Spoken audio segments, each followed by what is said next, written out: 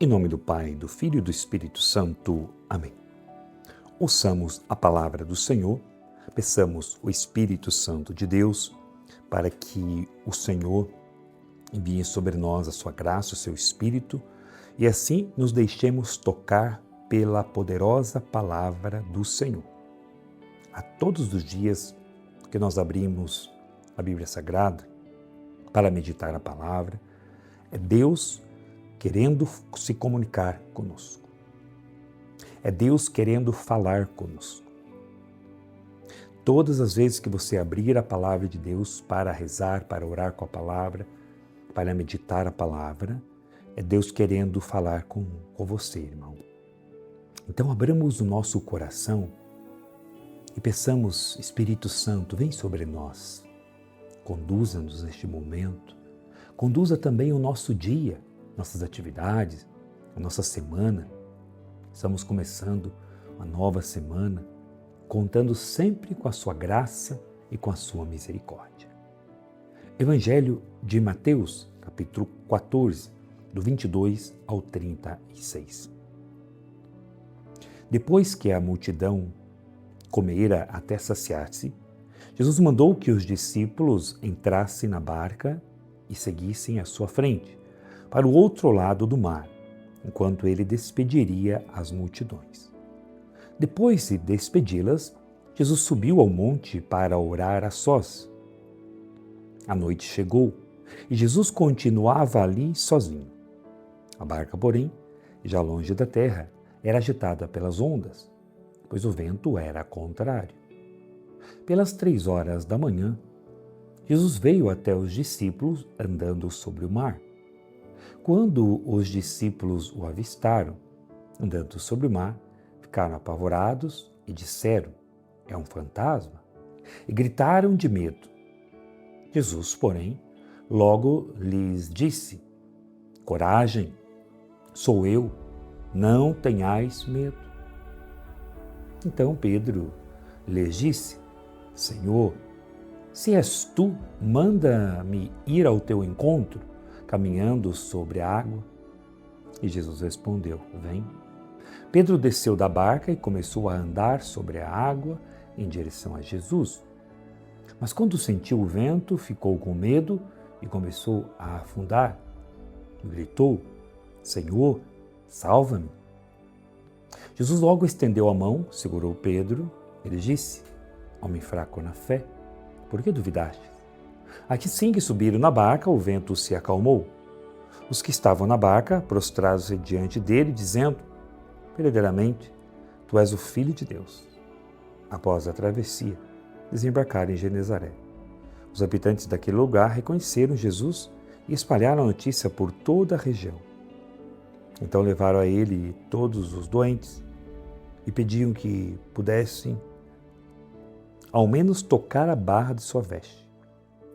E todos os que a tocaram ficaram curados. Palavra da salvação, glória a vós, Senhor.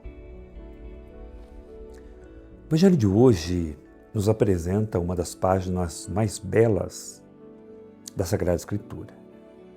Depois da multiplicação dos pães, Jesus obriga os discípulos a entrarem na barca e a irem para outra margem. Enquanto isso, ele sobe ao monte para rezar. A noite cai, o mar se agita, o vento sopra contrário e a barca é açoitada pelas ondas. E é nesse cenário que Jesus vem ao encontro deles, caminhando sobre as águas. Não é apenas um relato de um milagre, é uma catequese sobre a vida cristã. Santo Agostinho dizia que a barca representa a igreja, o mar representa o mundo e as tempestades simbolizam as tribulações desta vida. Enquanto navegamos neste mundo, jamais estaremos livres dos ventos contrários. Podemos citar alguns ventos contrários na nossa vida, como as doenças, perseguições, crises familiares, pecados, tentações, desânimos. Quem prometeu uma vida sem tempestades não foi Cristo. Cristo prometeu algo maior. Sua presença em meio às tempestades. A sua presença em meio às tempestades da vida. Ele não disse que não teríamos tempestade, mas ele promete que mesmo em meio às tempestades, ele nunca nos abandona. Os discípulos pensam ver um fantasma. Quantas vezes também nós confundimos a ação de Deus quando ele não age como esperamos? Até corremos o risco de pensar que ele nos abandonou. Aí Jesus diz: coragem, sou eu, não tenhais medo. Talvez você esteja precisando ouvir, deixar ecoar estas palavras no seu coração. Coragem, sou eu, não tenhais medo, eu estou contigo, eu te tomo pela mão, eu sou o teu Deus. Aí Pedro diz: Senhor, se és tu, manda-me ir ao teu encontro sobre as águas. Pedro não pede um milagre, ele deseja estar onde Jesus está. A verdadeira fé não procura prodígios, procura a Cristo.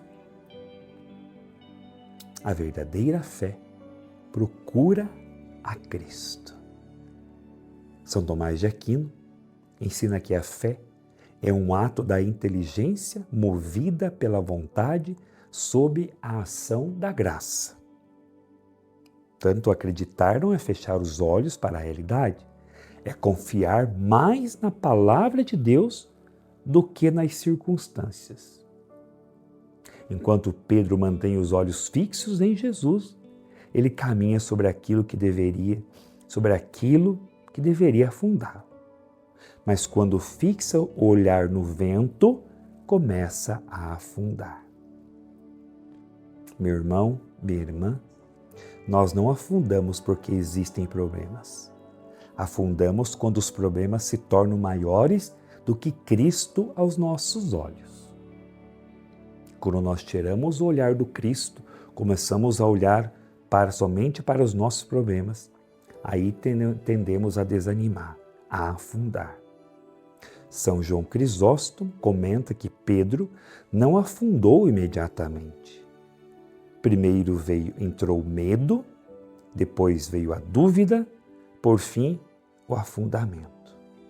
Assim acontece também com o pecado. Ninguém cai de uma vez. Primeiro enfraquece a oração, depois vem a confiança enfraquecida, a vigilância e finalmente a queda. Oração, confiança, vigilância e queda. Mesmo afundando, Pedro faz a oração mais curta e talvez uma das mais poderosas. Senhor, salva-me. Diante da sua realidade hoje, irmão ou irmã, talvez você precise gritar como Pedro: Senhor, salva-me. Eu preciso, Senhor, retomar. Eu preciso acreditar mais na barca da minha vida, nas tempestades da minha vida. Eu não posso olhar para mim, para os problemas da minha casa, do meu trabalho. Eu preciso fixar os olhos no Senhor. Santo Agostinho afirma que a mão estendida de Cristo é a imagem da graça divina que levanta aquele que reconhece sua fraqueza. Deus nunca abandona quem clama por Ele. Deus nunca abandona aquele que clama por Ele. Quem caminha com Jesus pode até tropeçar, pode até afundar por alguns instantes, mas jamais será abandonado. Em quais tempestades da minha vida tenho olhado mais para o vento do que para Jesus? Se Jesus me perguntasse hoje, Homem de pouca fé, por que duvidaste? Qual seria a minha resposta? Que a Virgem Maria, mãe da fé inabalável, nos ensine a manter os olhos fixos em seu Filho, para que nenhuma tempestade deste mundo seja capaz de nos separar do amor de Cristo. Sobre a sua vida, desce e permaneça a bênção do Deus Todo-Poderoso, Pai, Filho e Espírito Santo. Amém.